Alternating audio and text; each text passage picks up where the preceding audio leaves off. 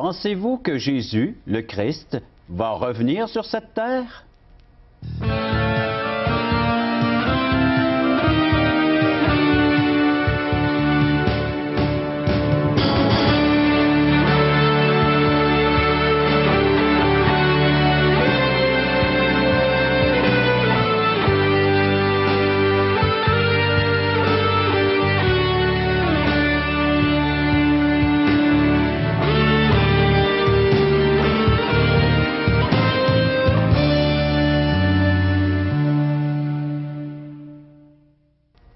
Chers amis, bonjour. Bienvenue à l'émission Parole vivante.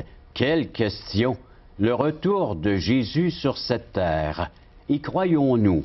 Et quel effet aura ce rendez-vous divin où le Christ reviendra sur cette terre parmi les humains une seconde fois, une deuxième fois? C'est le thème qu'on va élaborer dans cette émission, une émission fort remplie. Elle sera également accompagnée de chants. Alors, un chant qui va nous apporter un moment de réflexion sur ce grand thème qui est le retour de Jésus. Également, cette question qui sera abordée par notre invité, M. Michel Habib. On fera connaissance, plus ample connaissance également avec notre invité qui va apporter, il va sans dire, l'enseignement biblique, l'enseignement de la parole de Dieu au sujet de ce retour glorieux du Seigneur Jésus-Christ. Pour l'instant, eh bien, nous allons vous inviter à nous écrire, à nous faire part de vos commentaires. Voici comment nous rejoindre. Numéro de téléphone 1-877-LESPOIR 537-7647 ou espoir.ca. Vous nous faites parvenir vos courriels. Merci à l'avance. Maintenant, avez-vous cette attente précieuse dans votre cœur que Jésus-Christ va revenir sur cette terre? L'attendez-vous? Pensez-vous qu'il va revenir? Avec l'aide de notre invité, M. Michel Habib, nous allons répondre à cette question. Bonjour Michel. Bonjour Jean. Bienvenue à Parole vivante. Merci. Alors, Bible en main, tu vas pouvoir nous donner les réponses concernant cette promesse, cette prophétie. Les gens ont hâte d'entendre. Les prophéties, ça a toujours suscité un grand intérêt parmi la population, parmi les êtres humains. Comment est-ce que Dieu va accomplir ces choses qu'il a pourtant annoncées d'avance par la bouche de ses prophètes et par la bouche de ses apôtres et même par sa propre bouche? Tout à fait. Michel, tu es de quelle origine? Origine libanaise. Je suis né au Liban. Et à l'âge de 12 ans, on est venu ici. Je suis venu avec ma mère et le reste de la famille rejoint notre père qui était ici depuis 1953. Alors, donc, je suis au Québec depuis 47 ans. On va y revenir sur ton témoignage un peu plus tard dans le cadre de cette émission, mais pour l'instant, depuis quand tu t'intéresses à la parole de Dieu et surtout aux prophéties de la Bible? Bien, depuis 1974, ça a été un grand jour dans ma vie, comme je l'expliquerai dans mon témoignage. Et très tôt, quand j'ai découvert l'enseignement de Jésus, des apôtres, sur cette question du retour de Jésus, ça m'a vraiment excité et ça a été une source d'inspiration pour ma vie très profonde jusqu'à aujourd'hui.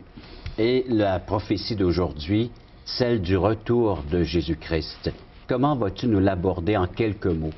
Bien, tout d'abord, on va voir la promesse du retour ou l'annonce du retour de Jésus en relation avec ceux qui l'attendent et en relation avec ceux qui ne l'attendent pas. Et aussi, dans la deuxième partie, en relation avec Jérusalem. Et on va essayer de voir, à partir des prophéties bibliques, est-ce qu'il y a des indices qu'on peut observer qui pointent vers au moins un début de réalisation de ces prophéties-là. Alors, on devrait tous avoir un grand intérêt parce qu'elles nous concernent tous. Absolument, surtout avec les événements qui se déroulent sous nos propres yeux. Ça va être vraiment extraordinaire et les observations qu'on fera seront à la portée de tout le monde. Merci Michel. Alors, donc, restez là et on vous revient avec la réponse à cette grande question au sujet du retour de Jésus, le Christ, le Sauveur. Parole vivante vous invite à participer à l'un des nombreux merveilleux déjeuners de l'espoir. Ces déjeuners ont lieu dans plusieurs restaurants réputés de la région et vous sont offerts gratuitement. Venez entendre le témoignage d'une vie transformée par la puissance de Dieu. Pour connaître les détails concernant l'endroit, la date et l'heure pour votre région, composez le 1-877-537-7647 ou notre site web www.espoir.ca.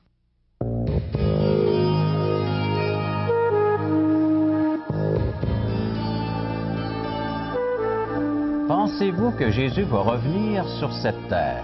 Michel, on est tout oui, puis on a hâte d'avoir la réponse qui se trouve dans la Bible. Dans la Bible, absolument. C'est ça, Jean. La réponse est dans la Bible. Ce n'est pas une imagination de la part d'un être humain ou d'une religion quelconque. C'est le Seigneur Jésus-Christ lui-même qui l'annonce, qui en fait la promesse.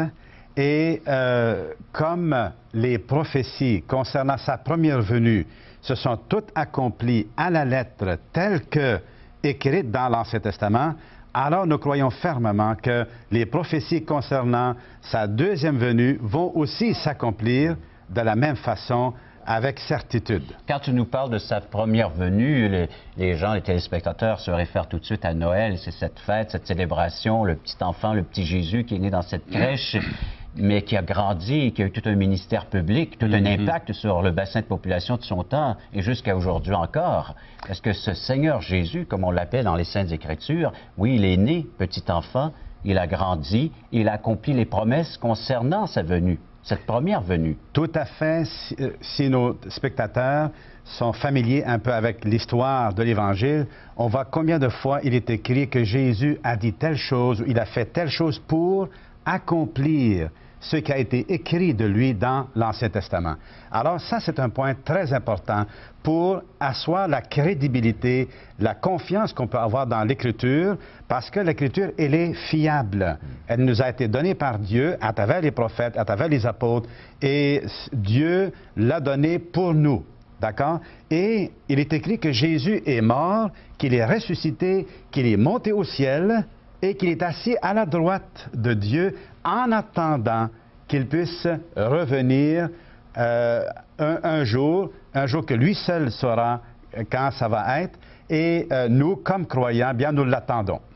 Parce que ceux et celles qui ont moindrement de connaissance de la Bible, le Seigneur a dit à ses apôtres, parce que les apôtres aussi espéraient voir ce retour, ils avaient hâte, ils demandaient une date ou bien des précisions, et le Seigneur a pu leur répondre que ce n'était pas à nous de savoir ces choses-là, mais nous de s'y préparer et d'attendre voilà cet événement d'une façon bien particulière. Et voilà. Et j'aimerais, Régent, si tu me le permets, tout de suite aller avec quelques textes où Jésus, les anges, les apôtres ont annoncé l'arrivée, le retour du Seigneur Jésus.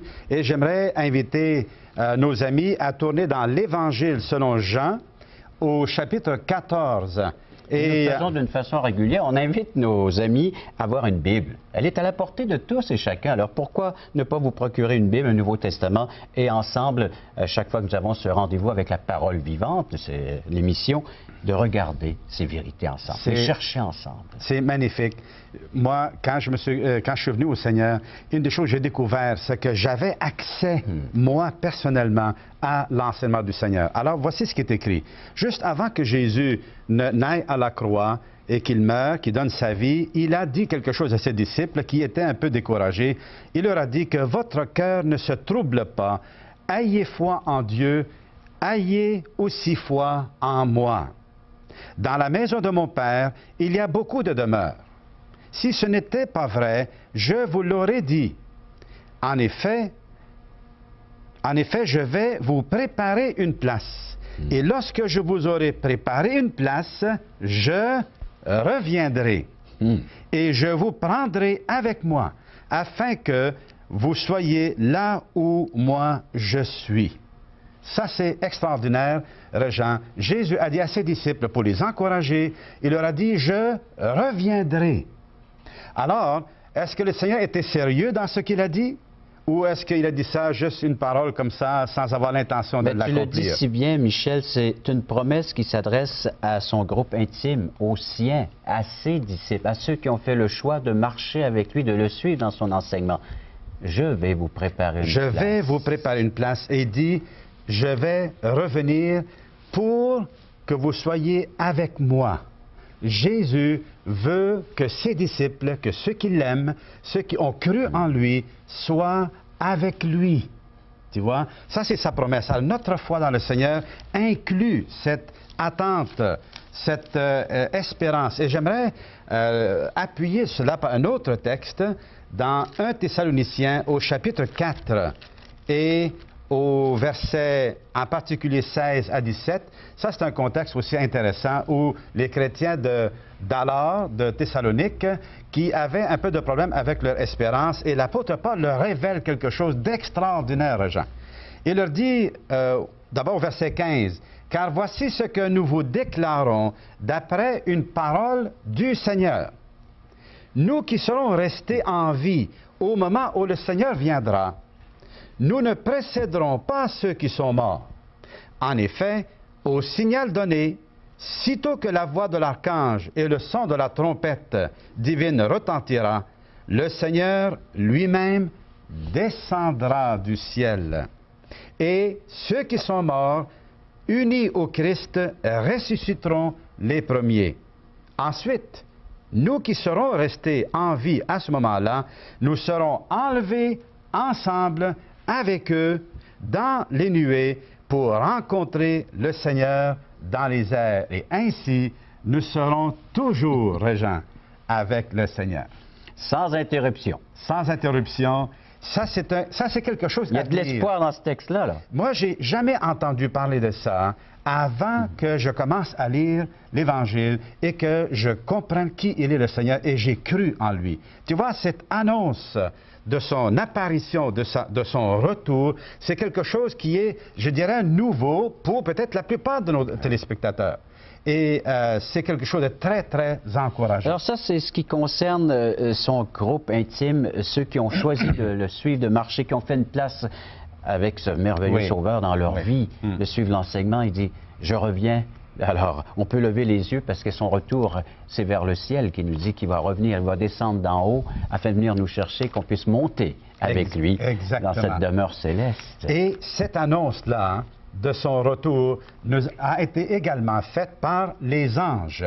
Juste avant que Jésus monte au ciel, il était avec ses apôtres, et en fait, il est monté, et à un moment donné, il est disparu, il est parti au ciel. Et là, les apôtres étaient là en attendant, toujours les regards fixés vers le ciel. Et là, les anges ont apparu. Et ils ont dit aux apôtres, « Hommes de Galilée, pourquoi restez-vous ainsi à regarder le ciel? Ce Jésus qui a été enlevé au milieu de vous, vers le ciel, redescendra, reviendra un jour de la même manière que vous l'avez vu y monter. » Donne-nous la référence, s'il te plaît. Ça, c'est dans le livre des Actes des Apôtres, chapitre 1, et au verset 11. Donc, là encore, cette annonce du retour de Jésus une deuxième fois a été faite, répétée par les anges aux apôtres. Et est-ce que Jésus maintenant va venir en cachette? Est-ce qu'il va... et dans quel contexte est-ce qu'il va venir? Parce qu'il y a des sectes, j'ai déjà lu ça dans un journal dans les années 80, où on disait « Le Christ est ici ». Une annonce dans le journal les qui est pages apparue. pleines, nous aussi, dans nos journaux, ici, dans la région de Québec, on a vu et là, il disait ce genre de renseignements, d'informations. Il vient en cachette, il va dans les déserts, etc. Personne ne va le voir, sauf un certain jour. Eh bien, l'Écriture dit ça différemment. Lorsque Jésus reviendra, et je peux vous encourager à tourner dans l'Évangile de Matthieu et au chapitre 24, au chapitre 24. Alors, c'est le premier livre du Nouveau Testament, l'Évangile selon Matthieu, chapitre 24. 24. Et dans un contexte de signes annonciateurs qui vont précéder le retour de Jésus, voici ce que le Seigneur Jésus dit au verset 23. « Si quelqu'un vous dit alors, lorsque tous ces événements, les guerres, les bruits de guerre, la confusion, l'apostasie, l'abandon de la foi, tout ça, ça va arriver. » Il dit, si dans ce contexte-là, quelqu'un vous dit, alors, voyez, le Christ est ici, ou il est là, ne le croyez pas. De faux Christ surgiront, ainsi que de faux prophètes. Ils produiront des signes extraordinaires et des prodiges au point de tromper, si c'était possible, ceux que Dieu a choisis. Voilà, je vous ai prévenu à l'avance. Si l'on vous dit, regardez, il est dans le désert. Hein? N'y allez pas. N'y allez pas. N'y allez pas. Si l'on prétend, ah, il se cache à quelque endroit secret. Ne croyez pas. En effet, quand le Fils de l'homme viendra, ce sera comme l'éclair. qui jaillit du levant et illumine tout jusqu'au couchant. Où que ce soit le cadavre, là s'assembleront les vautours. Ce que nous apprend ici Jésus, Régent, c'est que pour ne pas être trompé, parce qu'il va y avoir des faux prophètes, des faux docteurs, des faux Christ, qui vont faire des miracles, des signes extraordinaires. Et on va dire, « Hey, regarde-moi ça, c'est fort! » On va être impressionné par la performance. Mais Jésus a dit, « Attention, non, non, non, non, non, c'est pas moi ça, OK? Je ne vais pas venir de cette façon-là. » Et le Seigneur nous dit, comment est-ce qu'il va venir? Il va venir de manière que tout œil le verra, nous dit Apocalypse chapitre 1 et au verset 7. Regardez aussi le verset 30, qu'est-ce qu'il dit? C'est alors que le signe du Fils de l'homme apparaîtra dans le ciel. On ne sait pas exactement c'est quoi ce signe-là, mais il va apparaître dans le ciel. Alors tous les peuples de la terre se lamenteront, ils verront le Fils de l'homme venir sur les nuées du ciel avec beaucoup de puissance et de gloire. Tu viens de nous citer Matthieu 24, verset 30. Verset 30. Bien, Régent, ça c'est quelque chose de vraiment important qui déjà va être pratique pour nous et pour nos téléspectateurs de comment identifier le Christ, le vrai du faux. Alors nous le verrons tel qu'il était ici-bas sur cette terre. Nous le verrons avec ses plaies. Lorsqu'il fut percé par les clous dans les mains, dans les pieds, nous le reconnaîtrons. Ceux qui ont vécu dans cette période-là pourront dire, voici, c'est le Christ. Mais voilà la différence, c'est que Jésus ne viendra pas dans une crèche. Il va venir avec gloire. Le Les cieux roi. vont s'ouvrir comme le roi des rois. Il va venir avec majesté, avec son autorité de fils de Dieu établie pour sauver et pour juger En les 30 secondes, Michel, comment peut-on s'y préparer à cette seconde venue? La seule façon de se préparer, Régent, c'est, tout d'abord, si nous ne connaissons pas le Seigneur Jésus, si on n'est pas encore de sa gaine, de ceux qui l'aiment et de ses l'attendent, intimes, de ses disciples. alors le Seigneur Jésus veut de tout son cœur avoir tout le monde avec lui. Et il nous appelle à nous repentir de nos péchés. Ça veut dire de reconnaître que nous avons péché et de mettre notre confiance en lui parce que lui, à la croix, il est mort pour nos péchés et il veut nous avoir avec lui. Michel, merci beaucoup. Alors, si vous faites ce choix de croire à cette première venue, vous serez prêt pour la seconde venue, qu'il est venu pour porter nos péchés et payer notre dette que nous avions envers Dieu. On va écouter un chant de la famille Ouellette et vous allez voir que nous ne sommes que des pèlerins sur cette terre. Une fois qu'on a reçu le Christ dans notre cœur comme sauveur, on est des étrangers, on devient des citoyens célestes, la demeure céleste. Écoutons attentivement ces paroles.